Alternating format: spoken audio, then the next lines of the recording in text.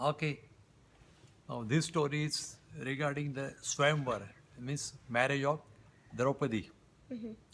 The king Drupada had one daughter Uh-huh. who was far famed for beauty and virtues. So, according to the customs prevailing in those days, he declared the Swayamvar of Draupadi.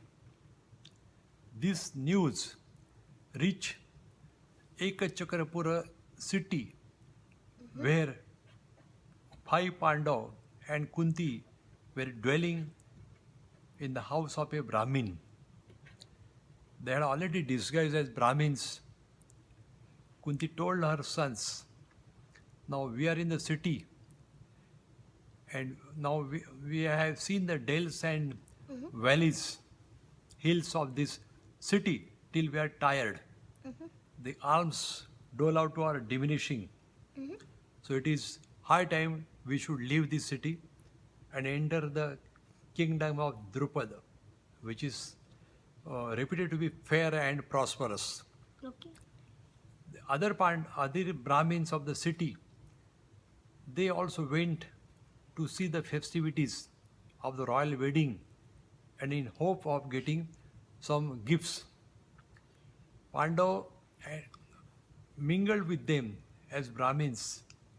They reached the city of Drupada and billeted in the house of a potter.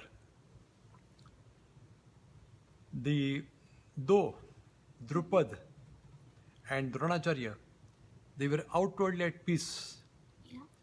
Drupad, King Drupad, could not forget the humiliations he had suffered at the hands of Dronacharya. And his main wish was to give his daughter in marriage to Arjun.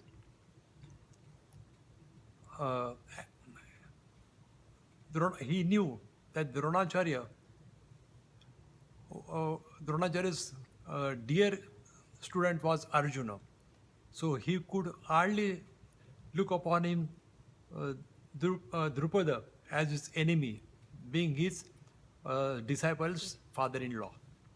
And if there were war, he could be all the stronger, being a father in law of Drupada. In the city, a marriage hall was decorated, a mighty bow was kept, and the candidate to win Draupadi's hand was required to string the bow. Arrows were arrows were kept over there, and the candidate was required to bow the string and shoot the arrows through the aperture of a revolving disc at the target placed at high. This required superhuman strength and skill. So many eager aspirants had come to that city. Duryodhan, Karna, Salya, and lot of princes from India had flocked that city. Krishna and Balram also went there to see the festivities. Drishtadyumna, who was the brother of Draupadi, introduced others. He said, Princess, listen to me. Here is my daughter Draupadi. Anybody who is from good family and presence can win her, but he has to perform the feat. Here is the mighty bow, the arrows. He has to shoot 5 arrows through the hole of a revolving disc to the target placed at high. One who does it, he will win my sister. This is my word, and there won't be any going back from it. So all aspirant kings tried in vain, but they could not even string the bow, and they came back abashed and ashamed. Then Karna rose, but Karna also could not hit the target. Then all Kshatriya princes were became had princes had become very angry and they shouted the remark that this test is impossible to win. It has been put to shame the Kshatriya community. As they were complaining, Arjun rose disguised as Brahmin from the group of Brahmins, and he advanced towards the hall, towards the place where the bow was placed. He asked Draupadi's brother, "Can a Brahmin try?" Drushtadumna said, "Yes, if you are from good family and good presence, you can." Then he went to the spot where the bow was placed, and he string the bow and before that he meditated on what you call, or he remembered, he meditated on supreme God, that is Narayan, that is Vishnu, and got his blessings. And then he looked at others, looked at Krishna and Balram, and smilingly string the bow, sent 5 arrows in succession and hit the target. The all audience were lost in spellbound silence. Everybody became very joyful, and there was blare of instruments. The Kshatriya communities, the Kshatriya princes became very, very angry, and they said, "This is not good taste. The practice of Swayamvar is not prevailing in Brahmins. It is Kshatriya tradition." But some Brahmins became very joyful. They say, "Yes, it is the power of austerity that helped Arjun." They did not know who is he. They helped this youthful person. The Yudhishthir, Nakul, Sahadev, they went home to give this good information to their mother Kunti Devi. And Bhim thought that some calamity may befall from the Kshatriya princess. So he plucked one tree, very huge tree, removed all the leaves and branches, and used that as a weapon and stood near the Arjun. Krishna, Balram, Satyaki, others, they appeased all the Kshatriyas. Finally, Kshatriyas did not have any objection. Then Arjun, accompanied by Draupadi, went to his house. So this is the first story. Any questions? No, not much. Okay. I'm going to for second story. काय होतं? Wait, what What was is the the target? target? हां, ते Target, सांगितलंच नाही. target was one fish. हां, ते It महत्त्वाचं was होतं. revolving. It was revolving, and he sent arrows and hit the fish, and fish fell down. Okay, डोळ्यात मारलं पाहिजे पळताना. fish. Okay, that's all right. Now second story is regarding Hanuman and Bhim. Bhim and other Pandavas, they were in the forest. So one afternoon, the wind wafted a flower. Draupadi picked it up, and it was beautiful flower, and it attracted because of the fragrance also, and she gave it to Yudhishthir. She told Bhim, "I want a plant, so we will have more flowers." So Bhim said, "Okay." Bhim started searching the direction where from the fragrance came. He walked down, and he came in the plain, what you call, garden at the mountain foot. He saw one huge monkey on the road, blocking his path. He tried to frighten the monkey by shouting at it so that monkey might run away. But the monkey, shining like blazing fire, half opened his eyes and said, "I'm old. I am monkey and you are human being. Please have mercy upon a animal. You are strong enough. Please do not disturb me and do not go beyond this road, beyond this point, because that is the path of the spirit, that is the ghost and evil spirit, they dwell there. Bhim said, "Oh, why do you talk so much?" Because Bhim was unused to be taken so easily. He said, "Get up from my path." Again, Hanuman said, don't go. I'm advising you. He said, "Don't advise me." Or then Hanuman said, "You jump over me. You can jump over me." He said, "No. The scriptures forbid jumping over animals. So you please get up." Hanuman said, "I am a decrepit with old age. You please, uh, if you have got scruples in jumping over me, move my tail aside. Then you can go." Bhim thought it is so easy. He tried to pull the monkey by its tail. He exerted his best, utmost, but he could not move the tail. Finally, he was ashamed and he put his head down. He said, "Sorry, I cannot do anything. I think you are some Siddha, Gandharva, or superhuman being. Please forgive me. Please tell me who you are."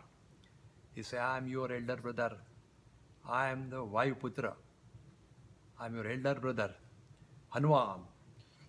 Then Bhim was very, very much glad. He said, "I am lucky to see my elder brother." Then he told me, he requested him, "You show me your form in which you cross the ocean." The Hanuman increased the size of his body and formed like a gigantic mountain. Bhim could not see at him. He said, "Oh, oh, oh, abnormal, I am very, very happy. Even I cannot see it." And then he told you, "Okay, you come to the original form," which Hanuman did. Then Hanuman embraced him. And poet says, Bhagavan Vyas, by embracing him, Hanuman's strength, Bhim's strength increased. He became more and more strong enough. Then Hanuman told him, "Go this direction, here is the plant you desire." He took the plant and returned home and gave the plant to Draupadi and Yudhishthir. Okay, this is second story over. Any question? Not really. No question. No question? Okay. Bhim proud होता ना त्याच्या शक्तीबद्दल. याला नको सांगायला या गोष्टी का? हां. Wait, what did you say? Bhim होता ना तो ओव्हर प्राऊड होता त्याच्या शक्ती. आता या गोष्टी याला नको सांगायला.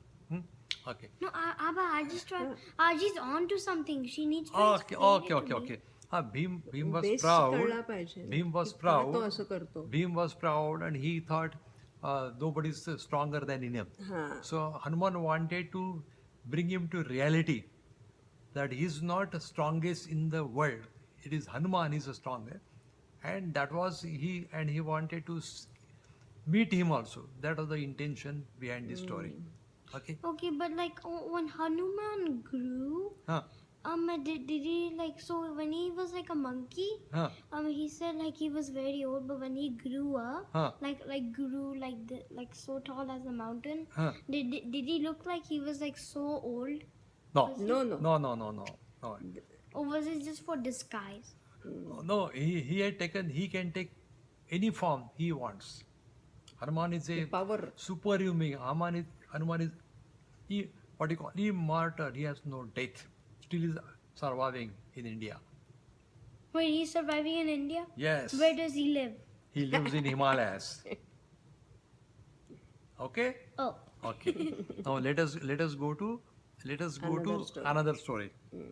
No, so that shouldn't be mythology. You can like go up the Himalayas Ask Hanuman what happened, and then there. Okay, maybe you come to India, we'll go to Himalayas. Huh? In search of Hanuman. You meet Hanuman You meet Hanuman. and he get his blessings. Shake hand. You will become very powerful. Everybody you will have awesome personality in that case. Okay? Huh. Now third story is, this is regarding Yeah. Yavakreda. Okay? There stayed two Brahmins. They lived two Brahmins Okay. named as Bharadwaj and Raibhya. They are dear friends. Raibhya had two sons. Raibhya and his two sons, they learned scriptures, Veda and Vedantas, and became famous scholars. Whereas Bharadwaj, he devoted himself to the worship of God. But his son, uh, what is his name I told you? Yavakreda. Okay. Yavakreda. He did not like it because all other citizens in the nearby area or the other Brahmins, they respected Raibhya and his son, but they did not give so much respect to him, so he became jealous and he became very angry. So he thought he will gain more knowledge. He'll become more knowledgeable than this. So he's performed austerities very rigorously to get the grace of Indra, the king of gods. He did it with he did it austerity very rigorously. Indra manifested before him. He said, "Dear boy, what are you doing this? Why are you torturing your body?" He said, "I want boon from you." He said, "What for what?" He said, "I want to be learned more than anybody in the world. Bless me." He said, "This is not the way. If you want the knowledge, you have to go and seek a teacher and learn it from them by patience." But the Yavakreda told, it takes a long time and involves hardship to learn from the teacher. You bless me, I want the knowledge all of a sudden, instantly. Indra said, no, this is impossible, and Indra disappeared. Again, Yavakreda continued his course of austerities with more rigor, to the horror and distress of the gods. Once again, Indra, the king of gods, manifested. He said, "You are on a wrong path. See how others are gaining knowledge through patience study and patience study. You desist from vain mortification of your body." But Yavakreda was not to give up. He declared defiantly that if his prayer was not granted by Indra, he would cut off his limbs and offer as oblation to the fire. One day, he went to the river Ganga, mighty river, and he wanted to take a bath in that. He saw one old gaunt man. He was throwing the sand into the river. So he asked him, "Oh, old man, what are you doing here?" He told him, "When I have built up a bridge across the mighty river, people can cross it with ease. See, at the moment it's very difficult for people to cross it. I am doing useful work." Yavakreda laughed at him. He said, "Oh, old man, you are a fool, stupid. You think you can, by a handful of sand, you can build a bridge across the river, mighty river? Your idea is stupid." Then the old man replied merely, "Is my project more foolish than yours of studying the scriptures, not by study or not through the human tutelage, but by austerities?" Then Yavakrita knew it was Indra. He said, "Sorry, I was on wrong path. Then give me a boon. Bless me." He said, "Okay, I'm giving a personal boon. You seek a teacher. you will gain knowledge. That is the. Now I'm continuing the same story. Yavakira, when with the boon of Indra, Okay. he went in search of a teacher and learned the scriptures under the tutelage of one teacher. But he grew very vainful, very conceited at a thought that he had the knowledge through the boon of Indra. His father, Bharadwaj, did not like it.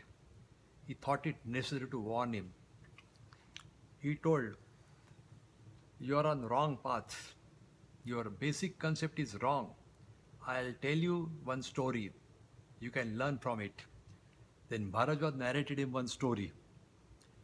There lived one sage. His name was Baladi. He had a son, but his instant death in the very young age plunged him into sorrow, and he performed rigorous austerities to get a son who would never die. The gods were pleased with him, but they told him, "You will have a son, but you will have to name the limit because human race is supposed to be mortal. You please name your limit." Then the Baladi told, "In that case, grant me that as long as that mountain persists, my son will last." The god said yes. Then he got one son. His name was Medhavi. He also became very arrogant at the thought that he is safe from death. So he started behaving with others with arrogance and disrespect. One day, a highly knowledgeable and highly spiritual sage came over there. Something like Dhanmuksha or some typical name is there. He Medhavi insulted him and laughed at him. The sage lost his temper and cursed him. "You will be reduced to ashes immediately." But the curse did not have any effect. So he wondered, but the high-souled sage came to know the boon granted by the god. Then he took form of the wild buffalo and butted the mountain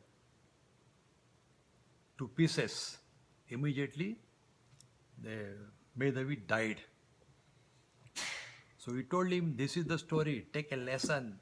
Behave with respect with us. Don't get conceited, otherwise you will destroy yourself." Still, Yavakrida did not heed the advice of his father. He started misbehaving with others. And one day he misbehaved with members of Raibya's family. When Raibya came home, he came to know that Yavakrida is misbehaving with the members of his family. He lost his temper. He plucked more hair from his head and offered to the fire. Immediately, a beautiful lady, demon lady came. She took the human form. Then he plucked another hair, offered it to the fire as oblation. A terrible ghost rose from that. He ordered them, "You go and kill Yavakrida." Both of them, as commanded, went to kill Yavakrida. The beautiful lady, she was also spirit.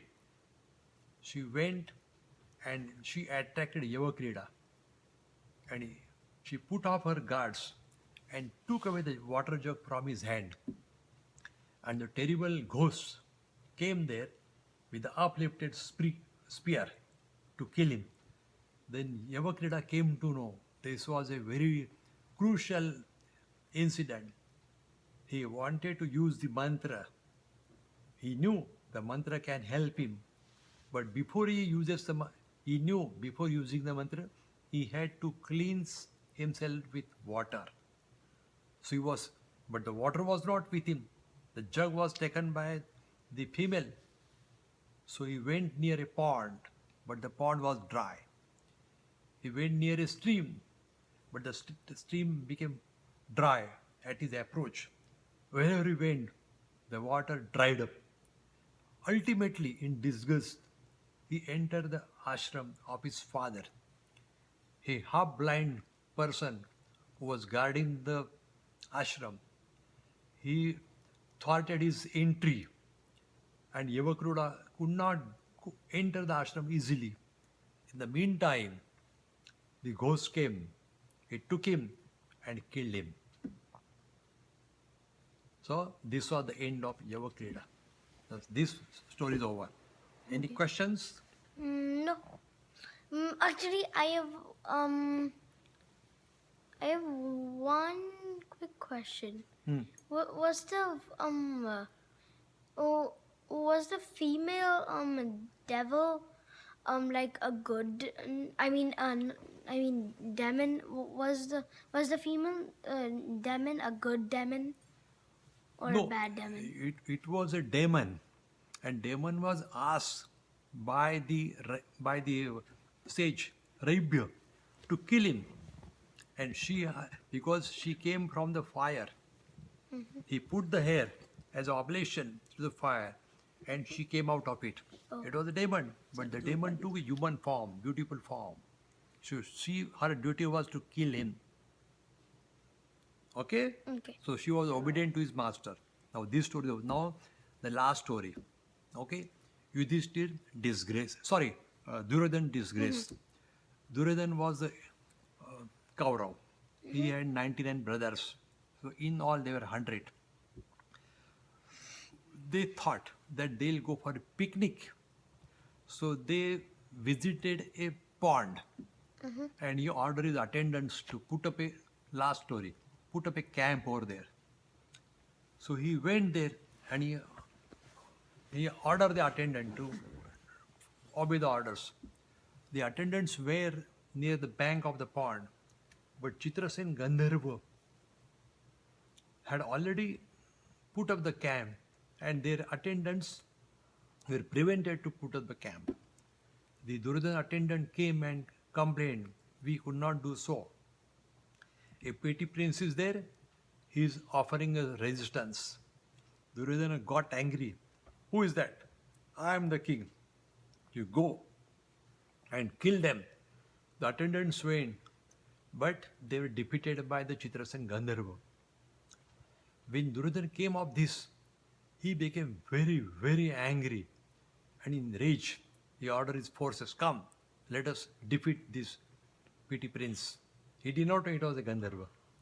So Duryodhana, Karna, Dushasan, others came there with a large force, and a battle ensued, a fight ensued between them, the Kauravas and the Gandharva, led by Chitrasen. Initially, the battle was in favor of Kaurav, but the tables will turn when Chitrasen Gandharva rallied his troops and began to use magic weapons.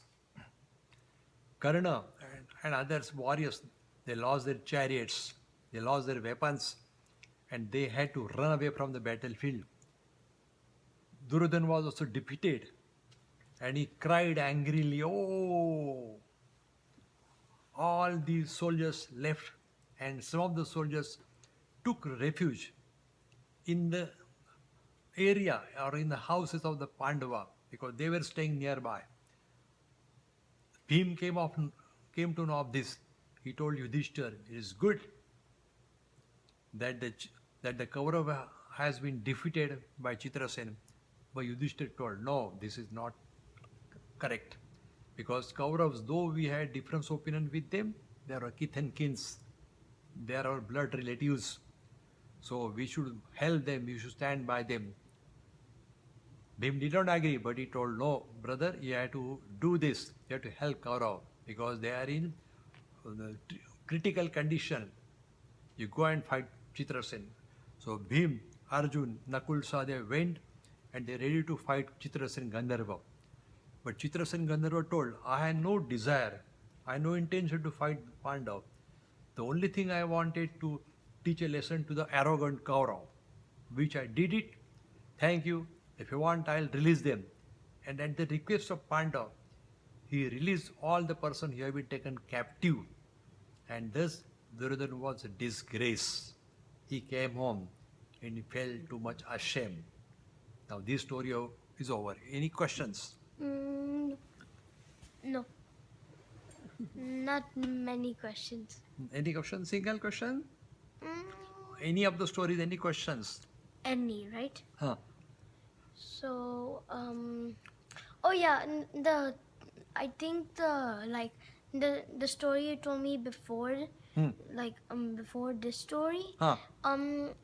so what was the moral of the story? More of the story, one should not become too much vain. He should not become conceited. He should respect elderly person. He should respect parents. He should respect knowledgeable persons. That is the moral of the previous story. He did not respect anybody. That is why he met with destruction. Yeah, I remember you told me a story that that had a moral, like if you're too greedy on something, Huh. your life will come to an end. Correct. And the moral of the other story in the morning I told you Yeah. that anybody who is a knowledgeable or has got excellent qualification has to obey his parents, has to serve his parents with patience. He should never disobey the patients. Is it not? Remember this always, huh? Okay? Ah. Okay. Okay? Okay. Chala. Bye. Thank you. And this will be our last video. This is the last video.